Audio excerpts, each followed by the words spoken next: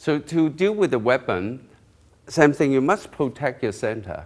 But it's no good putting your arm out there, because your arm out there, he can attack your arm, and then you pull your arm away, you completely unprotected. So it's better to have your arm in the center, right? And to create the force center, that means that, say if he swing at me, if I just block from here, not moving my feet, and there's not much angle to work at, right? But if I step out, so I could create this angle, I could stop it, and I could rip this off, and so I could using this, right? So from here, and I could rip this off. So the pressure points here, so if I stable this, right, and rip this off, right, we change the angle from here, right? Right. So you can use that. Or you can also turn this around and drop this knee on there, and then you can disarm from here, right? So just run through the technique again. So from here, right? And then overhead, swing this around, drop this on the elbow, drop the knee on the elbow, and then you can disarm from here, right?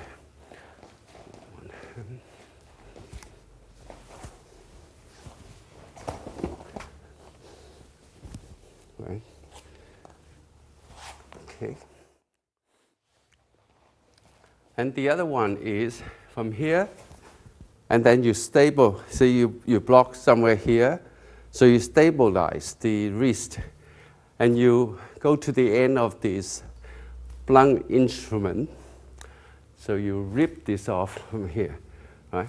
Rip this off from here, and then you can use that, right?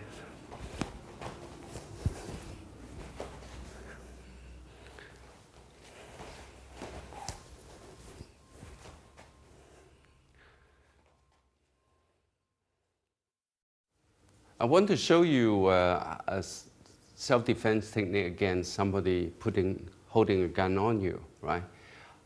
Because with the gun, a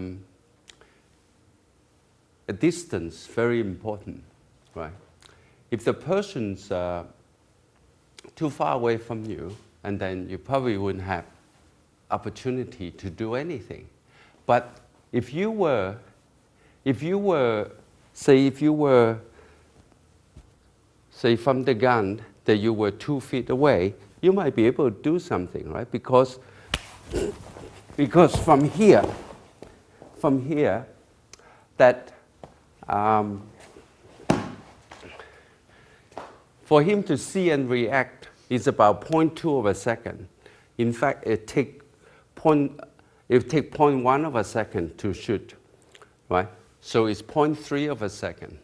So for me to step out and put that gun over there, then I'm putting him down. So all the time that the barrel is facing the other way, then I can drop this and then disarm from here, right? And then I can disarm from there, right? So it's the distance that from here, right? One of the things that I advise people is, because you never talk, you never look at the adversary in the eyes when he's holding a gun on you. You're looking at the gun, so you know what he's going to do, right? So from here, then you drop this, and then you disarm. Then you can do something, right? So on a reverse angle, then you do the same, right? Because a lot of time that the person that holds the gun is also as nervous as the person being pointed at, right? So you don't want a mistake, so you don't challenge him. So you are from here, right? And then you drop this, and then you can disarm the persons, right, from here. So from here, push it up, and then drop this, and yeah. Okay. One more time, right?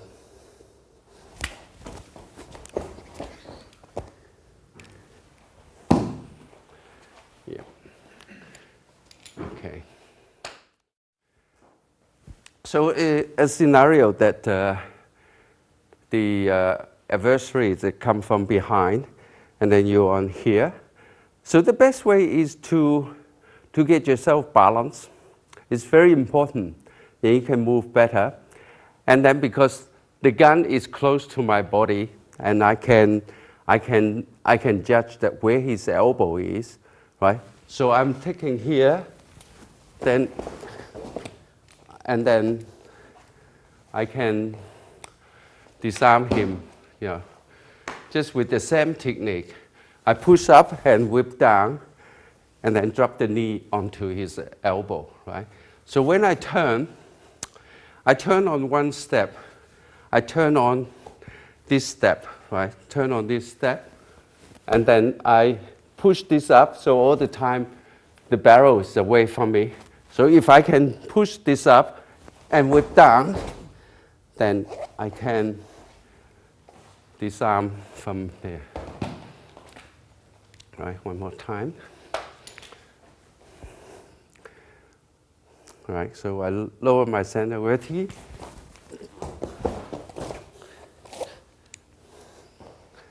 Right. And so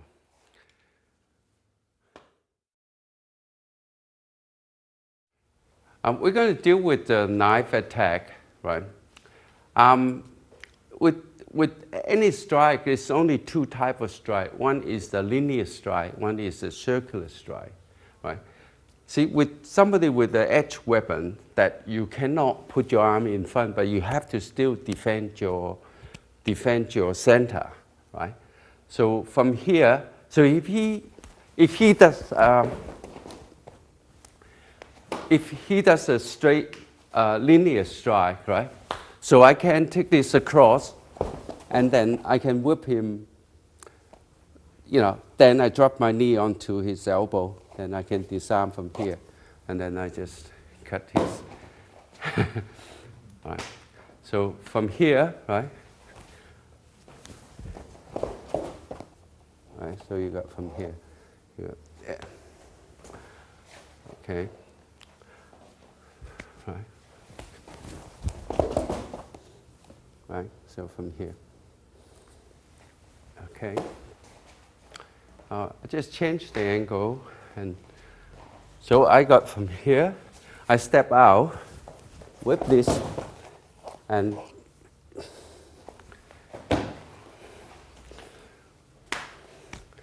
so I step out, my body is not behind, and then I push up, whip, and here.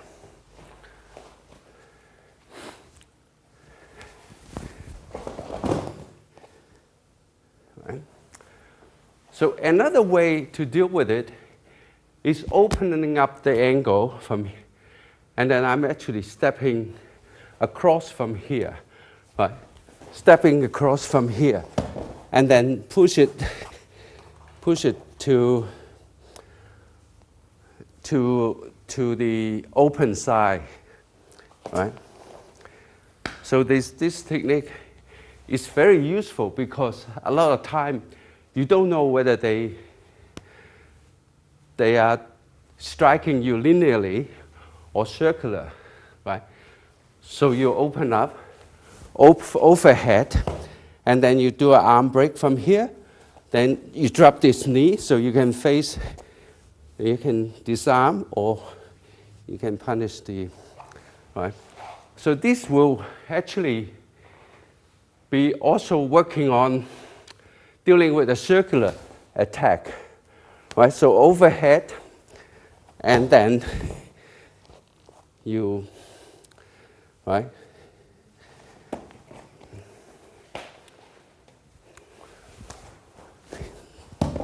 Right? Now I'll just slow down a bit to show you the footwork. So if I step out from here, I overhead, right? I use the triangle, the arm, and then I step out here because if I don't, this comes into my leg. So from here, I attack his balance from here. So I just pull, and then he falls down from here. Then I can disarm because I break his elbow with my knee, dropping my weight on there.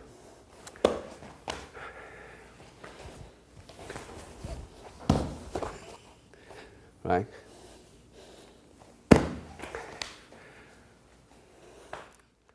Remember that dealing empty hand against a knife is a worst-case scenario. Our reflexes must be very keen, and our positioning to the outside of the line of attack is key. We want to establish control of the hand that controls the weapon and immediately counterattack. In the multiple attack situation, that basically, if I were coming in, they were coming in here, and one person on my right, one person on my left, it's very hard for me to defend against that because I have to divert my vision and also different area, right? But if I can go to the extreme, even though not dealing with the weapon hand, I go to the extreme on the blind side or on the blind side here, right? So if they move in towards me, so if I'm here, and I have the other attacker in my side all the time, and I can push this guy towards him, or I can disarm this, So the whole idea is to fight on the blind side. But say if they move in, and I can be here, I flick him in the eye, and then I can still take on one at a time, right? Because a lot of time that if you put yourself in a good position, like on the blind side of the person, right? So you watch, right? You watch here. So all the time, he cannot get to me because his partner is in the way, right? So you deal with one person at a time, right? So you want to use, because with multiple attack, you cannot disarm them. So you have to neutralize them by pressure point, by hitting on the vital point. So the eyes are the most sensitive part of the body. So you only have to one flick, the person cannot see. So the vital point, at the corner of the eyebrow, there's a hole there. There's a hole there, so just corner of the eyebrow. So they call the temple, and it's a major pressure point, right? And then on this line, there's 3 points here. There's 1, 2, 3. And then there's a point here, there's a point here, and also the point on the cheek, under the cheekbone here, right? So those ones, right? And the throat is always very, very vital point, because it's the windpipe is cartridge, so you can break it 20 pounds of force, you can break this, right? And there's 2 pressure points at the stem of the skull, and this is inside the vertebrae, inside the vertebrae. And so even just a small knock on here can render the person dizziness and so on. So 25 pounds of force, you can knock somebody out from here, right? And so the eyes, the most vulnerable, right? So one flick, and the person cannot see, and they cannot see, they cannot attack, they cannot defend. Right? So that's what you aim at, right? So you got from here, and then you can, or once you here, you flick him in the eye so he cannot see, and bang, right? Or come back to the throw, right? The throw, because this was make with very brittle cartilage. So you can break that. So the windpipe is broken. The person is going to suffocate because the breathing cannot go through, right? So those are very, very important points. So you deal with one person at a time, right? So you deal with one person, flicked and bang, right? Then you can, right? You can. So if one person, then you can disarm from, you know. But if you're dealing with 2, 3 people, that you cannot jump down there to disarm. Right? So I run through just simple technique, but it's positioning and strategies most important, right? Right?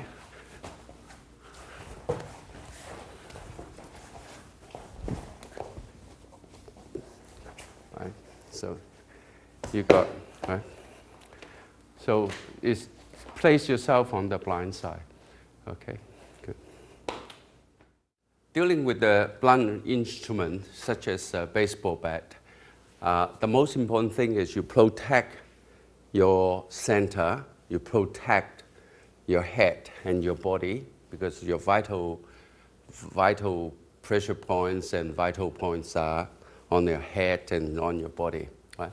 But you cannot bring your arm out too far, because he will attack your arm, you pull your arm away, you expose a lot of target area, right? So, so from here,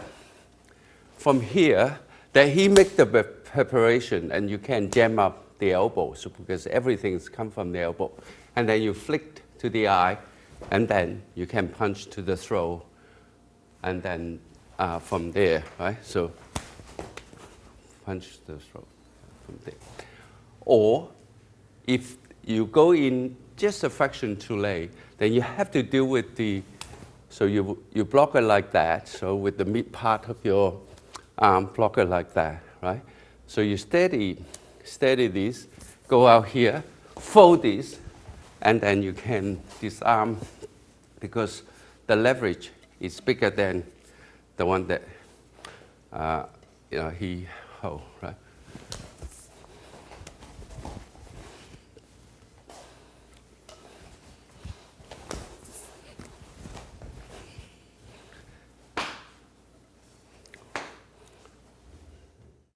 On the overhead situation, right, you step away, then you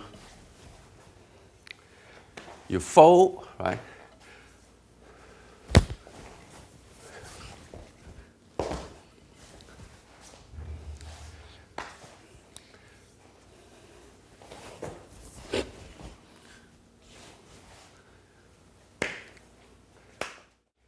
So when the attacker strike to the lower part of your body,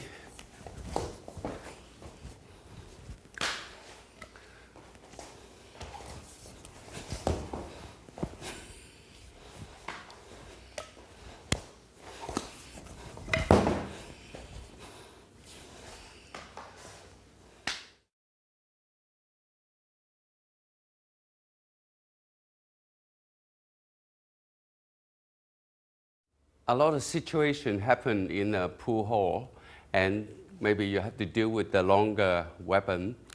So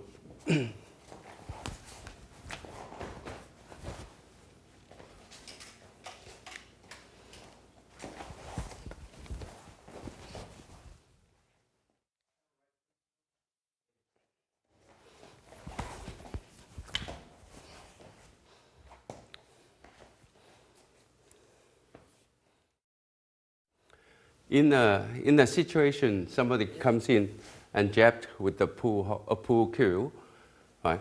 You can do this, right?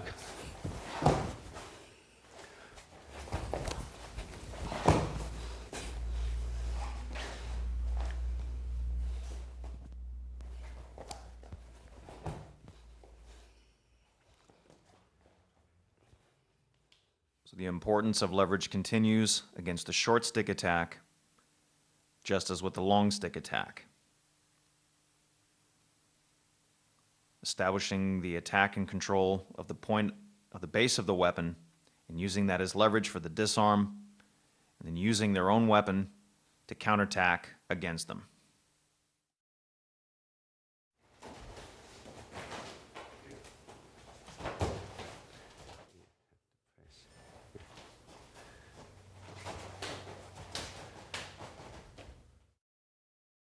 Now, putting it all together, Grandmaster Cheung will demonstrate an example on the 3 different weapons, back to back to back.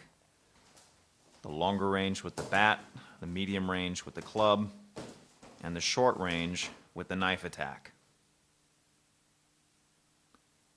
Controlling the base of the weapon, positioning for the counterattack. Controlling the base of the weapon, positioning for the counterattack.